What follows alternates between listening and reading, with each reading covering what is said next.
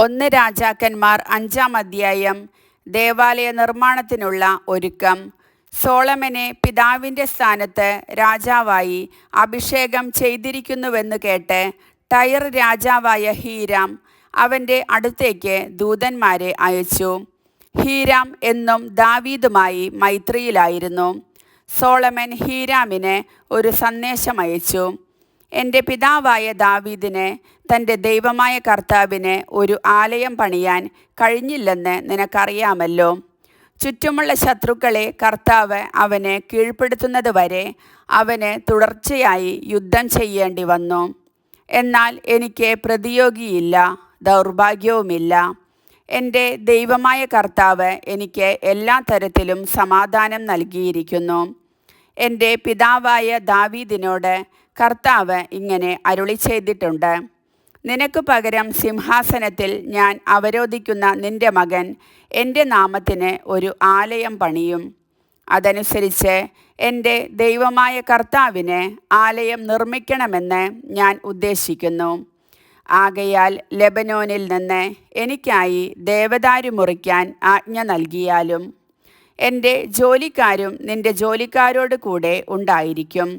അവർക്ക് നീ നിശ്ചയിക്കുന്ന കൂലി ഞാൻ തരാം.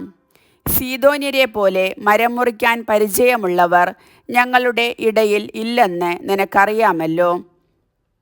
സോളമൻ്റെ വാക്കു കേട്ടപ്പോൾ ഹീരാം അതീവ സന്തുഷ്ടനായി പറഞ്ഞു: ഈ മഹത്തായ ജനത്തെ ഭരിക്കാൻ ജ്ഞാനിയായ ഒരു മകനെ ദാവീദിനു നൽകിയ കർത്താവ് വാഴ്ത്തപ്പെടട്ടെ. ഹീരാം ദൂതൻ മുഖേന സോളമനെ അറിയിച്ചു: നിന്റെ സന്ദേശം കിട്ടി. ദേവദാരുവിൻ്റെയും സരളമരത്തിൻ്റെയും കാര്യം നിന്റെ ആഗ്രഹം പോലെ ചെയ്യാം. എൻ്റെ ജോലിക്കാർ ലെബനോനിൽ നിന്ന് തടി കടലിലേക്ക് ഇറക്കും. പിന്നീട് ചങ്ങാടങ്ങളായി നീ പറയുന്ന സ്ഥലത്തേക്ക് അയച്ചു തരാം. കരയ്ക്കടുക്കുമ്പോൾ നീ അവ ഏറ്റുവാങ്ങണം.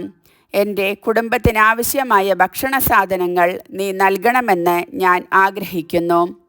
സോളമന് ആവശ്യമായ ദേവദാരുവും സരളമരവും ഹീരാം നൽകി.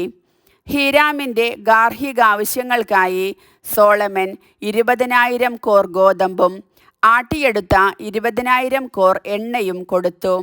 ആണ്ടുതോറും ഹീരാമിന് ഇവ കൊടുത്തുകൊണ്ടിരുന്നു.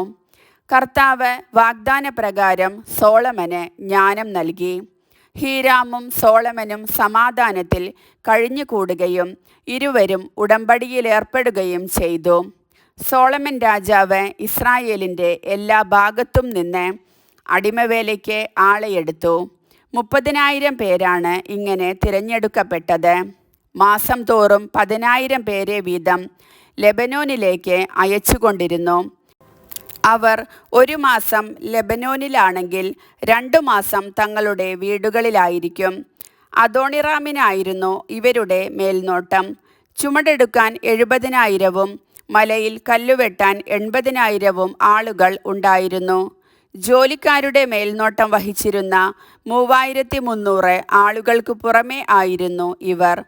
രാജാവിൻ്റെ കൽപ്പനയനുസരിച്ച് അവർ ദേവാലയത്തിൻ്റെ അടിത്തറ പണിയാൻ വിശേഷപ്പെട്ട വലിയ കല്ലുകൾ കൊണ്ടുവന്ന് ചെത്തി ശരിപ്പെടുത്തി. സോളമൻ്റെയും ഹീരാമിൻ്റെയും ശില്പികളും ഗേബാൽക്കാരും ചേർന്ന് അവ ചെത്തിമിനുക്കുകയും ദേവാലയം പണിയാനുള്ള കല്ലും മരവും തയ്യാറാക്കുകയും ചെയ്തു. കർത്താവിൻ്റെ വചനം.